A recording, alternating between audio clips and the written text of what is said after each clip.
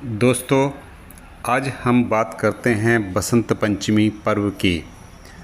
बसंत पंचमी या श्री पंचमी एक हिंदू त्यौहार है। इस दिन विद्या की देवी सरस्वती की पूजा की जाती है। यह पूजा पूर्वी भारत, पश्चिम बंगाल, नेपाल और कई राष्ट्रों में बड़े उल्लास से मनाई जाती है। इस दिन पीले वस्त्र धारण करते हैं। शास्त्रों में बसंत पंचमी को ऋषि पंचमी से उल्लेखित किया गया है, तो पुराणों, शास्त्रों तथा अनेक काव्य ग्रंथों में भी अलग अलग ढंग से इसका चित्रण मिलता है। उपनिषदों की कथा के अनुसार सृष्टि के प्रारंभिक काल में भगवान शिव की आज्ञा से भगवान ब्रह्मा ने जीवों, खास तौर पर मनुष्य की रचना की, लेकिन अपनी सर्जना से वे संतुष्ट नहीं थे। उन्हें लगता था कि कुछ कमी रह गई है, जिसके कारण चारों ओर मौन छाया रहता है। तब ब्रह्मा जी ने इस समस्या के निवारण के लिए अपने कमंडल से जल अपने हथेली में लेकर संकल्प स्वरूप उस जल को छिड़ककर भगवान श्री विष्णु की स्तुति करना आरंभ की। ब्रह्मा जी के किए स्तुति को सुनकर भगवान विष्णु तत्काल ही उनके सम्मुख प्रकट हो गए और उनकी समस्या जानकर भगवान विष्णु ने आदिशक्ति दुर्गा माता का आवाहन किया।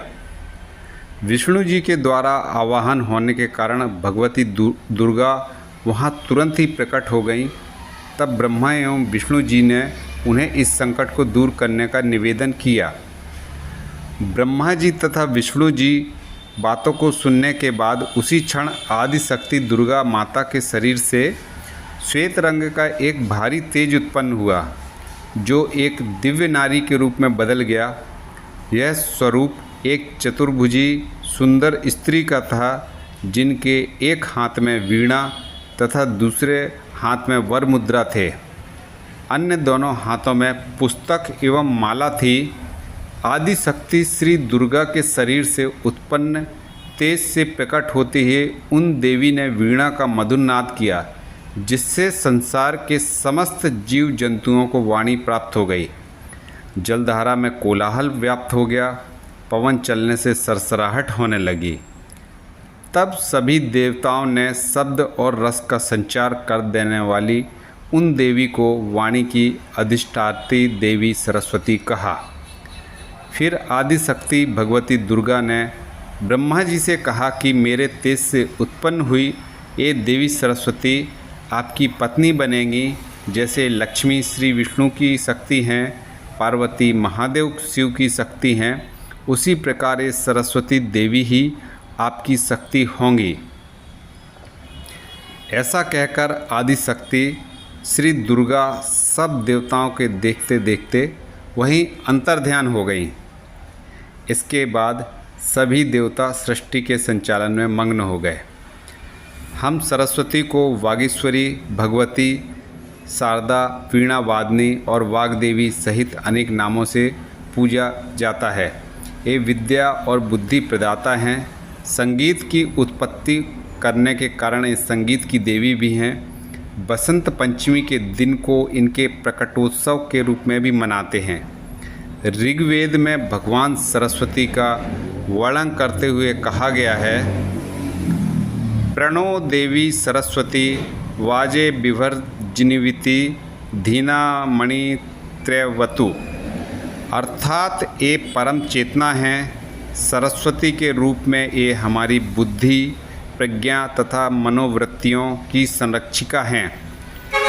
हम में जो आचार और मेधा है, उसका आधार भगवती सरस्वती ही हैं।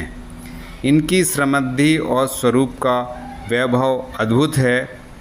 पुराणों के अनुसार श्री कृष्ण ने सरस्वती से प्रसन्न होकर उन्हें वरदान दिया था कि वसंत पंचमी के दिन तुम्हारी भी आराधना की जाएगी, और तभी से इस वरदान के फलस्वरूप भारत देश में वसंत पंचमी के दिन विद्या की देवी सरस्वती की भी पूजा होने लगी, जो कि आज तक जारी है। सिखों के लिए भी बसंत पंचमी का दिन बहुत महत्वपूर्ण है। मान्यता है कि बसंत पंचमी के दिन सिखों के 10वें गुरु गोविंद सिंह जी का विवाह हुआ था। राजा भोज का जन्मदिन बसंत पंचमी को ही आता है। राजा भोज इस दिन एक बड़ा उत्सव करवाते थे, जिसमें पूरी प्रजा के लिए एक बड़ा प्रीति भोज रखा जाता था, जो 40 दिन तक चलता था। बसंत पंचमी हिंदी साहित्य की अमर विभूति महाकवि सूर्यकांत त्रिपाठी निराला जी का जन्म दिवस भी है। निराला जी के मन में निर्धनों के प्रति अपार प्रेम और पीड़ा थी। वे अपने पैसे और वस्त्र खुले मन से निर्धनों को दे डालते थे। इस कारण लोग उन्हें महाप्राण कहते थे। दोस्तों, विश्वास है आप लोगों को बसंत पंचमी के बारे में एक छोटी सी जानकारी